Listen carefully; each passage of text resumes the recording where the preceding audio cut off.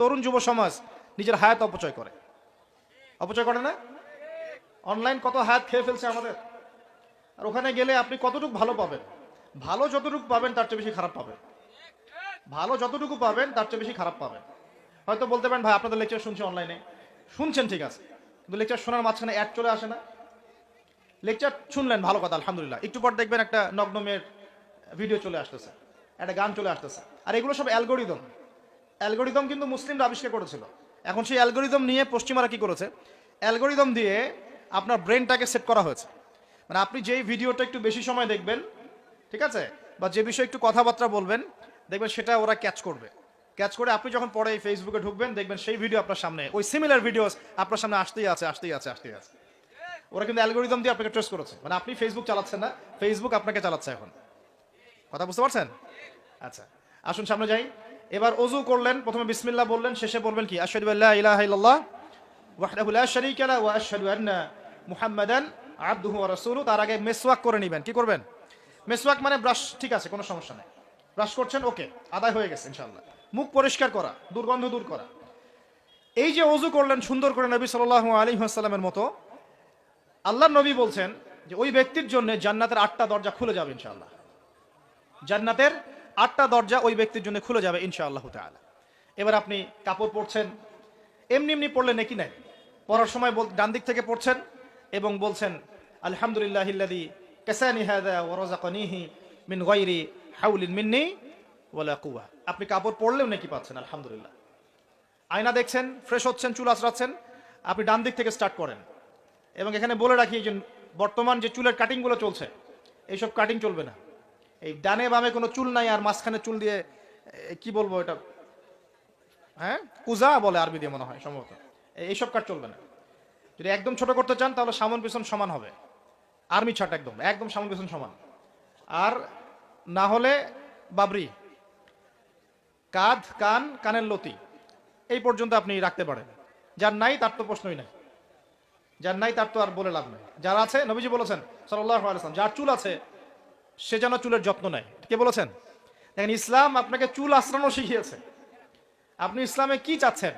ইসলাম এমন একটা দিন বা জীবন ব্যবস্থা যেখানে আপনি জীবনের প্রতিটা বিষয়ের সমাধান তো পাবেনই, ইভেন আপনি চুল কেমন করে আঁচড়াবেন সেটাও ইসলাম আপনাকে শিখাবেন ইনশাআল্লাহ।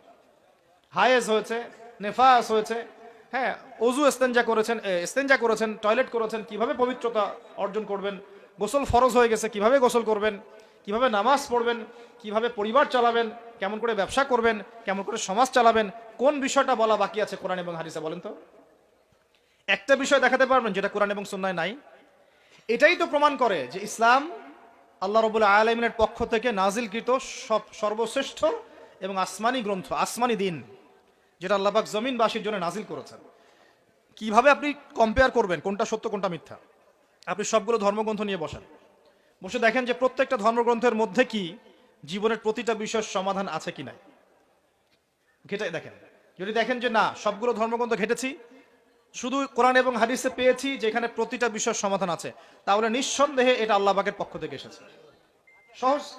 আর যখন জেনে যাবেন এটা আল্লাহর পক্ষ থেকে এসেছে, তখন আমাদের কর্তব্য তার সামনে আত্মসমর্পণ করা। আল্লাহ পাক আমাদের সবাইকে পরিপূর্ণ মুসলমান হওয়ার তৌফিক দান করুন। ওযু শেষ, এবার যাবেন নামাজে যাওয়ার সময় বাসা থেকে বের হচ্ছেন, আল্লাহর রাসূল শিখিয়েছেন আপনাকে বলতে হবে বিসমিল্লাহি তাওয়াক্কালতু আলাল্লাহ ওয়ালা হাওলা ওয়ালা কুওয়াতা ইল্লা বিল্লাহ। বের হলেন, আপনার সাথে একজন ফেরেশতা থাকবেন ইনশাআল্লাহ, শয়তান দূরে চলে যাবে ইনশাআল্লাহ। মসজিদে যাচ্ছেন, যাওয়ার সময় চুপচাপ থাকবেন না, দোয়া পড়বেন, জিকির করবেন। একটা দোয়া আছে, এটাও পড়তে পারেন, আল্লাহ নবী পড়তেন। তিনি বলতেন আল্লাহুম্মা ইজআল ফি কলবি নূরা, হে আল্লাহ আমার কলবে নূর দাও, ওয়া ফি লিসানি নূরা, আমার লিসান বা জিহবায় জবানে তুমি নূর দাও, ওয়া ফি সামঈ নূরা, আমার শ্রবণ ইন্দ্রিয়তে নূর দাও, আলো দাও, ঠিক আছে, ওয়া ফি বাসরি নূরা, আমার দৃষ্টি শক্তির মধ্যে নূর বা আলো দাও, ওয়া আন ইয়ামিনি নূরান, আমার ডান দিকে আলো দাও, ওয়া আন শিমালি নূরান, আমার বাম দিকে আলো দাও, হ্যাঁ, ওয়া মিন খালফি নূরান ওয়া মিন তাহতি নূরা, আমার উপরে নিচে তুমি নূর দাও। আল্লাহুম্মা ইজআল ফি নাফসি নূরা, আল্লাহ আমার নফসের মধ্যেই তুমি নূর বা আলো দাও।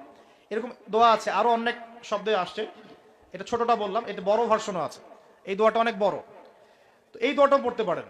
নূর বা আলো কার পক্ষ থেকে আসে? দুনিয়াতে যদি আমরা এই জাহেলি পরিবেশে, অন্ধকারাচ্ছন্ন সমাজে আমরা যদি আলো চাই, আল্লাহর নূর ছাড়া কোনো গতি নাই। আল্লাহ পাক নূর দিলে আপনি আলো পাবেন। আল্লাহ পাক খিদর আলাইহিস সালামকে নূর দিয়েছিলেন না? নৌকা কেন ফুটা করছেন মানুষ বুঝতে পারছে না, খিদর আলাইহিস সালাম বুঝতে পারছেন ফুটা না করলে সমস্যা আছে, জলদস্যু নিয়ে যাবে। মনে আছে গল্পটা? কোন সূরায়? কোন সূরা? সূরা কাহফ। বাচ্চাকে কেন হত্যা করলেন মানুষ বুঝতে পারছে না, মুসা আলাইহিস সালামও বুঝতে পারছেন না।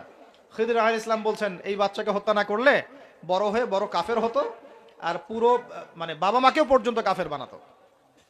দেয়ালটা কেন নির্মাণ করলেন মুসা আলাইহিস সালাম বুঝতে পারছেন না। খিদর আলাইহিস সালাম বলছেন এই দেয়াল নির্মাণ না করলে এর নিচে এতিম 2 বাচ্চা রেখে যাওয়া বাবা মার সম্পত্তি ছিল, মানুষরা নিয়ে চলে যেত, এই কারণে করেছে। তো যা সবাই বুঝবে না, যা সবাই দেখবে না, যা সবাই উপলব্ধি করতে পারবে না, আপনি যদি সেটা দেখতে চান, শুনতে চান, উপলব্ধি করতে চান, তাহলে আল্লাহর নূর লাগবে। কি লাগবে? আর আল্লাহ পাকের নূর এমনি এমনি আসবে না। আগে ফরজিয়াতের উপর আমল করতে হবে, নফল আমল বাড়াতে হবে, সুন্নতের উপর পাবন থাকতে হবে, মনের মধ্যে রোগ দূর করতে হবে।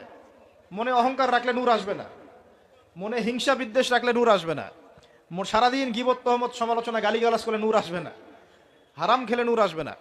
এক কথায় তাসকিয়া বা আত্মশুদ্ধি অর্জন না করতে পারলে নূর আসবে না। আর আল্লাহ নূরওয়ালা মানুষদের কাছে গেলে ইনশাআল্লাহ নূর আসবে। এরকম মানুষ তো খুঁজে পাওয়া এখন মুশকিল, মুশকিল না? আমরা মোটামুটি সবাই দিন দিন কেমন জানি বস্তুবাদী হয়ে যাচ্ছে। বস্তুবাদী মানে দুনিয়ার ফিকিরটা বেশি, দুনিয়া ঠিক রেখে তারপর পরকাল করতে চাই, তাই না ভাই? আল্লাহ পাক আমাদেরকে বোঝার তৌফিক দেখ যে এই দুনিয়ার জীবনটা সংক্ষিপ্ত এবং চিরস্থায়ী নয়। আমাদের প্রতিটা কাজ পরকালীন স্বার্থে করা উচিত। আল্লাহ পাক বোঝার তৌফিক দান করুন।